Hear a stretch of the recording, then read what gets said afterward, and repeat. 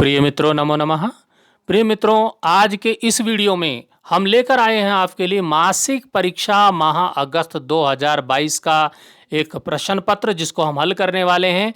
और ये है उत्तराखंड बोर्ड की कक्षा 7 विशेष संस्कृत का पेपर, जो संस्कृत की आमोदिनी पुस्तक से लिया गया है। आमोदिनी पुस्तक उत्तराखंड एससीईआरटी द्वारा निर्धारित एक पाठ्य पुस्तक है। ये एनसीईआरटी की पुस्तक नहीं है, उत्तराखंड राज्य की अपनी पुस्तक है।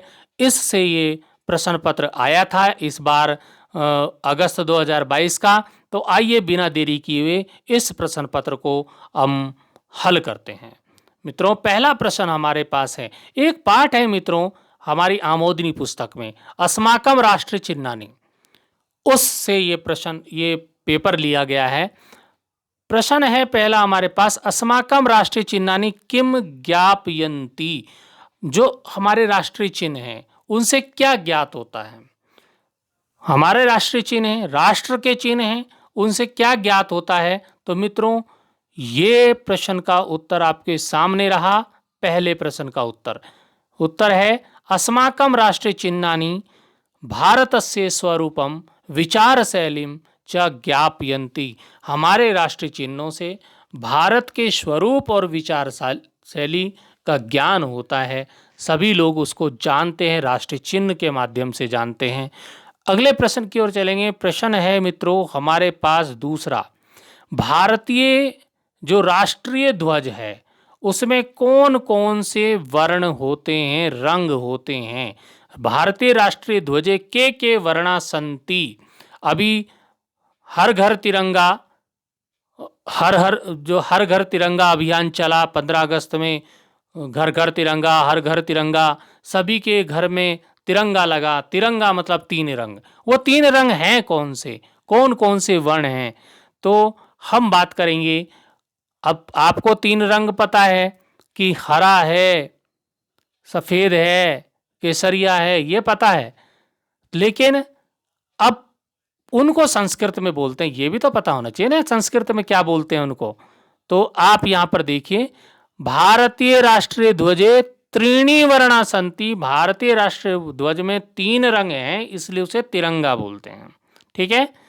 गैरिक वर्ण, गैरिक वर्ण जो है जिसको आप केसरिया रंग बोलते हैं, वो गैरिक वर्ण उसको संस्कृत में बोलते हैं। श्वेत वर्ण, श्वेत आप जान गए होंगे सफेद रंग को, और हरित वर्णाचा हरा रंग। तो इस प्रकार से समझ गए होंगे कि भारतीय राष्ट्रीय ध्वजे त्रीणी वर्णा संति। भारतीय राष्ट्रीय ध्वज में 3 रंग हैं, गैरिक वर्ण, श्वेत वर्ण और हरित वर्ण।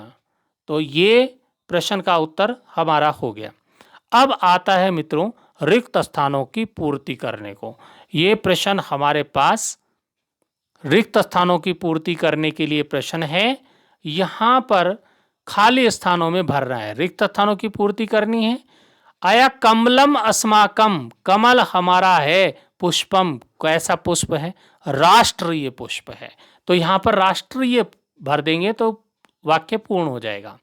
फिर है राष्ट्रगानस्य प्रणेता, राष्ट्रगान को जो प्रणेता थे, जिन्होंने लिखा राष्ट्रगान को, वो कौन थे, रविंद्रनाथ ठाकुर जी थे। तो यहां पर आप रविंद्रनाथ ठाकुर लिख सकते हैं। सर्प भक्षणम, सांप को खाने का जन्म सिद्ध गुण है, किसको है, मयूरा, मोर को, जो हमारा राष्ट्रीय पक्षी है। मम जनपदम, जनपदस्य चमोली अस्ति, नाम यहाँ पर आ जाएगा, मेरे जनपद का नाम चमोली है। तो ये वाक्य है, हमको पूरा करना है।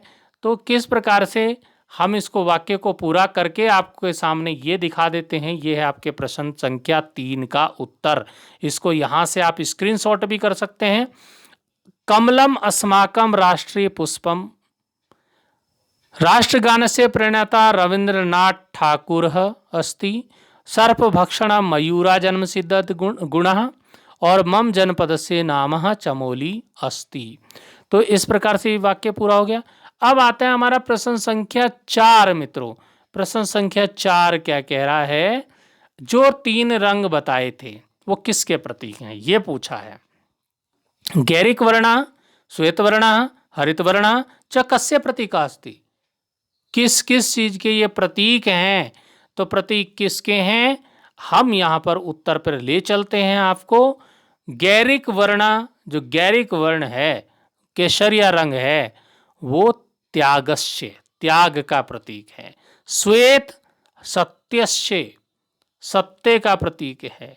हरित च समृद्धि प्रतीकः अस्ति, और जो हरा रंग है वो समृद्धि का प्रतीक है। समृद्धि मतलब समृद्धि का प्रतीक है। तो ये समझ गए होंगे। अब आता है पांचवा प्रश्न, जो कि 4 अंक का प्रश्न है। अभी तक 1-1 नंबर के, 2-2 नंबर के प्रश्न आए। पहला दूसरा 1-1, तीसरा चौथा प्रश्न 2-2 नंबर के। पांचवा जो प्रश्न है वो 4 अंकों का है।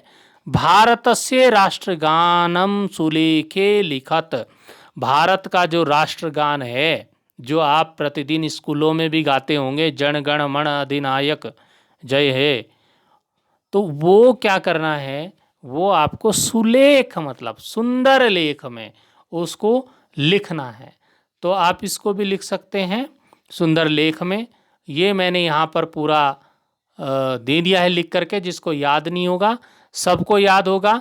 ये आपके सामने है, भारत का जो राष्ट्रगान है वो आप उसको लिख लेंगे इस प्रश्न के उत्तर में। मैं इसको बोलूँगा नहीं, बोलूँगा तो फिर, क्योंकि राष्ट्रगान है, राष्ट्रगान के सम्मान में खड़ा होना पड़ेगा, तो मैं इसको आपको दिखा रहा हूँ कि आप इसको यहाँ से लिख लेंगे। भारत का राष्ट्रगान है, हमारा सम्मान है, हमारा गौरव है।